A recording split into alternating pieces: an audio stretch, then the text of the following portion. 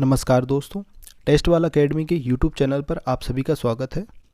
दोस्तों, आज हम एक नई यूनिट की शुरुआत करने वाले हैं।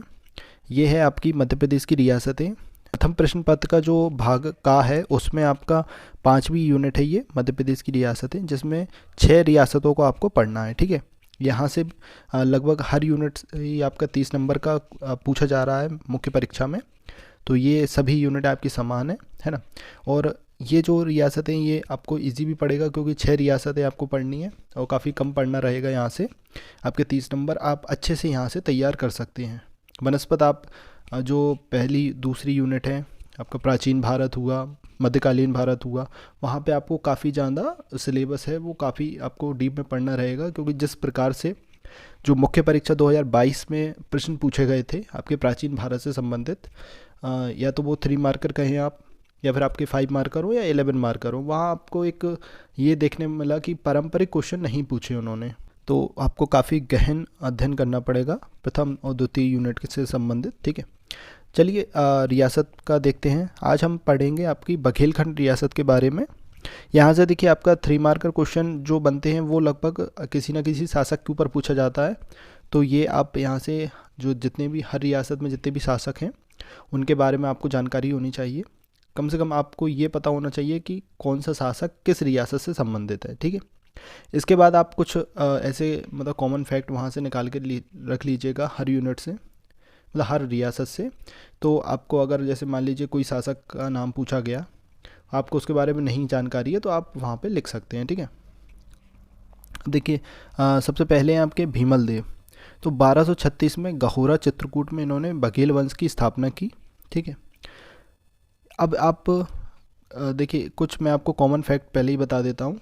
अगर कोई भी शासक आता है तो वो आप वहाँ पे उस फैक्ट का यूज़ कर सकते हैं। आपको अगर नहीं पता है उस शासक के बारे में, ज़्यादा जानकारी नहीं है, आपको मान लीजिए 5 मार्कर में किसी शासक के बारे में पूछ लिया गया और आप पे कोई ज़्यादा तथ्य नहीं है तो आप वहाँ पे ये यूज़ कर सकते हैं। ठीक है, जैसे कि बघेल खंड रियासत जो है, तो इसमें आप सबसे पहले तो ये बता दीजिएगा कि बघेल जो थे वो बघेल वारी गांव से संबंधित थे, इसलिए ये बघेल कहलाए। ठीक है, इसके बाद इनसे जो संबंधित अभिलेख है आप उसका वर्णन कर सकते हैं। एक बठियागढ़ अभिलेख है जहाँ पे इनके बारे में जानकारी मिलती है।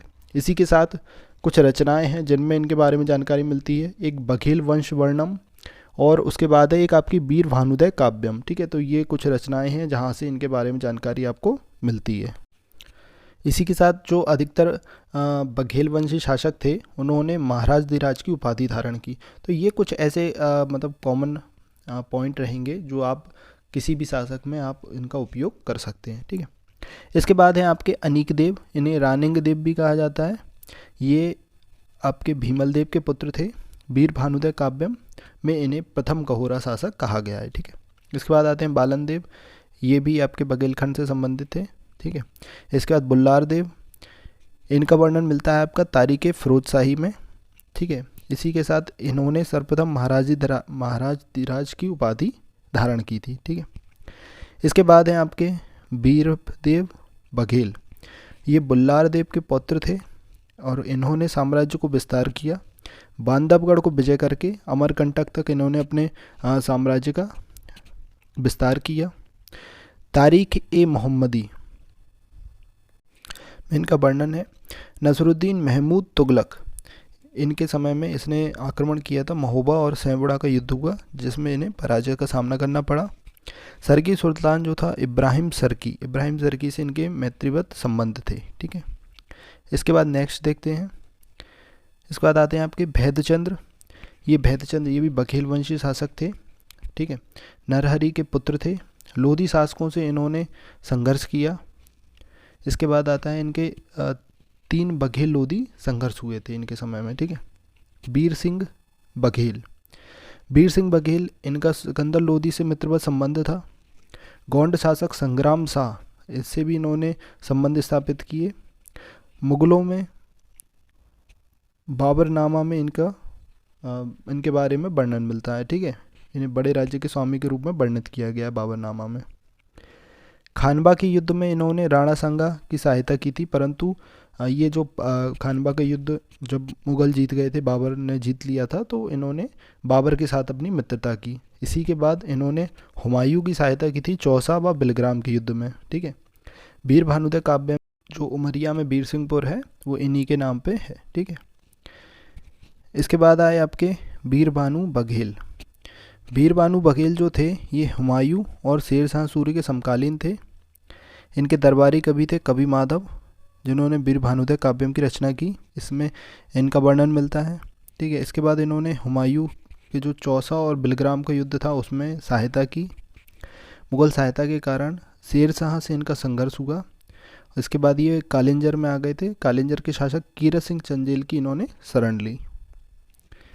इसके बाद आते हैं आपके रामचंद्र बघेल। ये इंपॉर्टेंट रहेंगे रामचंद्र बघेल आपके। एक तो इनका जो महत्वपूर्ण कार्य था वो था गहोरा से बांधवगढ़ इन्होंने राजधानी अपनी परिवर्तित की। ठीक है, इससे पहले जितने भी शासक थे सभी की राजधानी गहोरा होती थी। उसके बाद रामचंद्र बघेल ने अपनी जो राजधानी है उसको परिवर्तित करके बांधवगढ़ को अपनी राजधानी बनाया। कालिंजर पर इन्होंने कब्जा किया। इसके बाद 1562 में जो तानसेन थे, तानसेन को अकबर ने अपने नवरत्नों में शामिल किया। ठीक है, तो ये तानसेन के लिए काफ़ी प्रसिद्ध रहेंगे। तानसेन के कारण रामचंद्र बघेल से क्वेश्चन पूछा जा सकता है। 1563 में अकबर के जो सेनापति थे आसफ खां, उनका आक्रमण हुआ। इसके बाद इनका जो पुत्र था वीरभद्र, इसको इन्होंने मुग़ल दरबार में भेजा। मुग़लों से पराजित होने के कारण इन्होंने मुग़ल अधीनता स्वीकार कर ली थी। इसके बाद आते हैं आपके वीरभद्र देव। वीरभद्र देव जो थे वो रामचंद्र बघेल के पुत्र थे और अकबर के दरबार में इनको भेजा था। अकबर ने इन्हें राजा की पदवी दी और बांधव राज्य का शासक नियुक्त किया। संस्कृत के 2 ग्रंथ थे, कंदर्प चूड़ामणि और 10 कुमार पूर्व कथासार।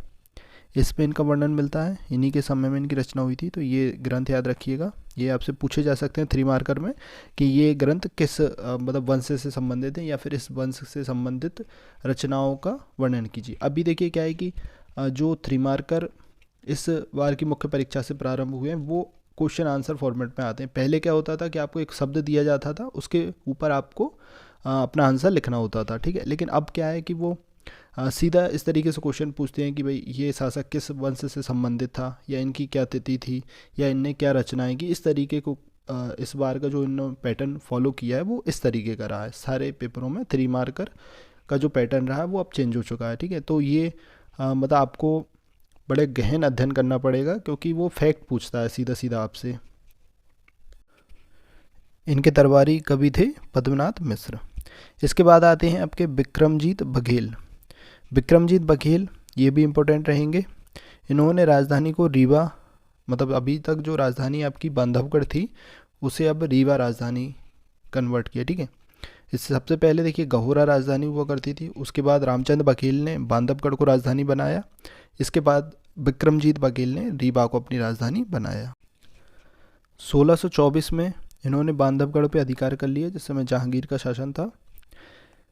इसके पश्चात अनूप सिंह, ये इनके समय में छत्रसाल का आक्रमण हुआ और शाहजहां ने इन्हें मनसबदार अपना बनाया था। ठीक है, इसके बाद आता है आपका बघेल और बुंदेला संघर्ष। इसको बुंदेलई लड़ाई के नाम से भी जाना जाता है।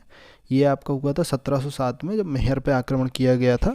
ठीक है, तो ये यहाँ से आपसे 5 मार्कर के रूप में भी पूछा जा सकता है और 3 मार्कर में आपसे ऐसा पूछा जा सकता है कि बघेल बुंदेला संघर्ष की तिथि क्या थी, है ना, यह किस वर्ष में हुआ था। ठीक है, इस तरीके से क्वेश्चन आपसे पूछ सकते हैं। तो इसका कारण था जो मैयर के समर सिंह के भाई हरि सिंह की महत्वाकांक्षा इसका कारण बनी।